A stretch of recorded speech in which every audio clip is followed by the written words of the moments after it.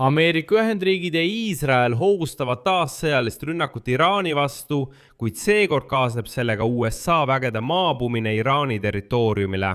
Donald Trump naasis Pekingist, kuid ilma läbimurdeta Iraani küsimuses, ilma konkreetsete kohustusteta, et Hiina avaldaks Teheranile survet. Ja just praegu, sel hetkel, avaldab New York Times materjali, mis muudab täielikult kogu loogika sõjas Iraaniga. USA võib lähiajal alustada Iraani territooriumil maismaa erioperatsiooni, et haarata tuumamaterjale. Ja see on oluline, sest paljud just nimelt viitasid sellele, et kohe pärast visiiti Pekingisse, kohe pärast tippkohtumist Xi Jinpingiga, pöördub Trump tagasi reaalse sõja juurde. Mitte õhurünnakute juurde, vaid just maismaa operatsiooni juurde eriüksuste kaasamisega. Üldiselt arutamegi nüüd teiega kõiki selle teema üksikasju. Minu nimi on Aleksei Bitši, arutame seda teemat koos, aga enne kui alustame, palun tellige kanal, pange videole like, kirjutage ükskõik milline kommentaar ja palun liituge ka minu Telegrami kanaliga Bitši uudised. Selle link on selle video kirjelduses. Seal avaldame operatiivseid uudiseid kohe, kui need laekuvad. Niisiis, Ameerika meedia viitab allikatele ja kinnitab, et Trump otsustas pärast läbikukkunud läbirääkimisi Hiinaga Iraani teemal asuda aktiivsetele sammudele. Sellest on juba ammu räägitud. USA ja Iisrael on valmis maismaa operatsiooniks Iraanis. Kui see juhtub, on see esimene kord, kui Ameerika maismaajõud paigutatakse Iraani territooriumile selle sõja raames. Esimene tõeline selline eskalatsioon, kui õhuoperatsioone mitte arvestada. Ja vaatame, miks just praegu, mis selle taga on ja kui reaalne see üldse on. Alustame peamisest küsimusest. Milleks üldse on vaja maismaa operatsiooni? Donald Trumpile. Täna andis sellele vastuse Washingtonis asuv strateegiliste ja rahvusvaheliste uuringute keskus. Ja edasi tsiteerin. Operatsioon Eepiline raev toimus 8 kuud pärast operatsiooni Midnight Hammer. Eelmise aasta rünnakud põhjustasid Iraani tuumaprogrammile märkimisväärset kahju, jättes vähe kõrge väärtusega sihtmärke täiendavateks Ameerika rünnakuteks. Loogika on selles, et lennuvägi on juba teinud kõik, mis võimalik. 3 tuumaobjekti, Fordo, Natanz ja Isfahan, on juba pommitatud, kuid probleem pole lahendatud. Ja siin ongi probleem.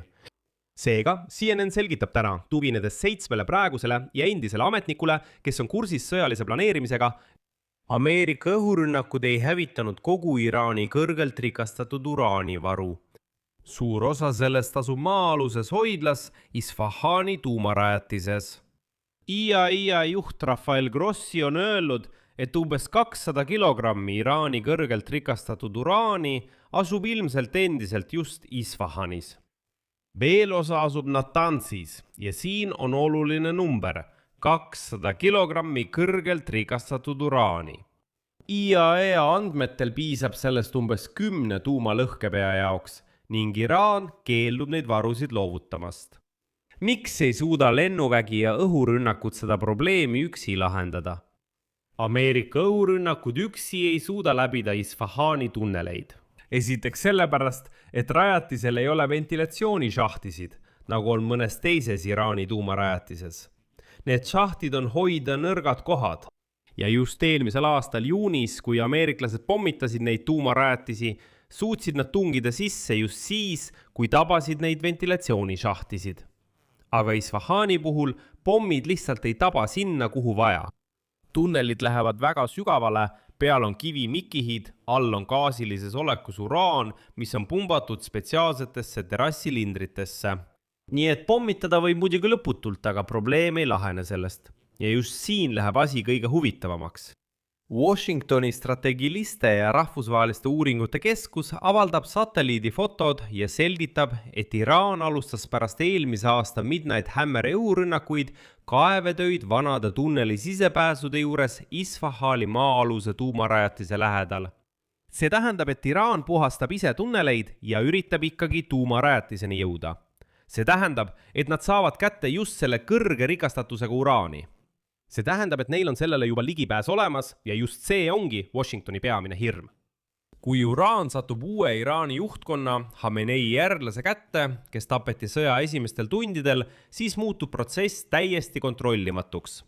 Sest nüüd kuulub võim riigis täielikult islamirevolutsiooni kaardiväe korpusele ilma ühegi mõõduka pidurdava tegurita, nagu see varem oli. Praegu on kogu võim sõjaväelaste käes ja need sõjaväelased ei soovi ilmselgelt isegi ameeriklastega läbirääkimisi pidada. Aga kuidas siis seda küsimust lahendada ja millist operatsiooni arutatakse praegu Valges Majas? Valges Majas räägitakse sellest, et kõik toimuv on viinud aruteludeni Trumpi administratsiooni sees. Jutt käib USA erioperatsioonide väejuhatuse eliitüksuste võimalikust kasutuselevõtust, potentsiaalselt koostöös Iisraeli komandodega, et füüsiliselt tungida tunnelitesse ning hõivata või hävitada rikastatud uraan. Aga edasi tuleb oluline täpsustus. Selline missioon nõuaks kümneid, kui mitte 100 lisasõdureid maapinnal, et toetada põhieriväelaste gruppi. See tähendab, et see ei ole lihtsalt mõne väikese sõjaväelaste rühma reid. Ei, see on ulatuslik operatsioon. Kindral David Petraeus, endine keskväe juhatuse ülem, mees, kes juhtis sõdu Iraagis ja Afganistanis, hoiatas täna otse Fox Newsi eetris, tsiteerid. Väga palju oleks kaalul. See oleks äärmiselt riskantne ja kaotused võivad olla üsna märkimisväärsed. See mees räägib, see on inimene, kes isiklikult planeeris nii keerukaid operatsioone kaasaegses sõjaajaloos. Ja tema ütleb, et ei tasu. Aga kui tasub, siis tuleb kõik riskid täiesti läbi arutada. Tuumadesarmeerimise eksperdid väidavad, et Iraanis ei saa USA lihtsalt saata meeskonda väikest eriüksuste gruppi ilma suure riskita. Miks? Sest sellise operatsiooni läbiviimiseks oleks vaja luua Iraani keskel julgestatud perimeeter. Tõenäoliselt oleks vaja tuhandeid Ameerika sõdureid, et tagada objekti turvalisus, kuni Ameerika eksperdid kaevaksid välja selle kõrgelt rikastatud uraani, mis asub sügavates tunnelites kohas nimega Isfahan. Tuhanded sõdurid Iraani territooriumil, riigi südames, kus vaatamata kõigile kaotustele on siiski veel toimiv armee. Aga Donald Trumpil on muidugi kiusatus suur.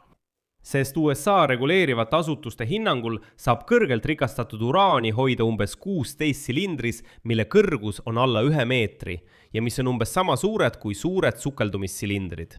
Iga silinder kaalub umbes 25 kilogrammi, mis on piisavalt kerge, et seda saaks transportida autoga või isegi käsitsi.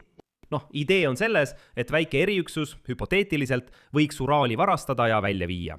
Tundub, et see pole palju, 16 ballooni pole üldse suur probleem. Aga küsimus on selles, kuidas seda kõike läbi viia. Mida ütleb Trump? Trump ise ütles sõnad, mis sisuliselt kuulutavad selle otsuse välja. Juba eelmisel nädalal enne Pekingit ütles ta, tsiteerin, üks on kindel, ma ei luba kunagi maailma terrorismi peamisel toetajal, kelleks nad on, suure edumaaga omada tuumarelva. Hiljem, kui ta juba Pekingist lendas, ütles ta, et see lahendatakse nii või teisiti.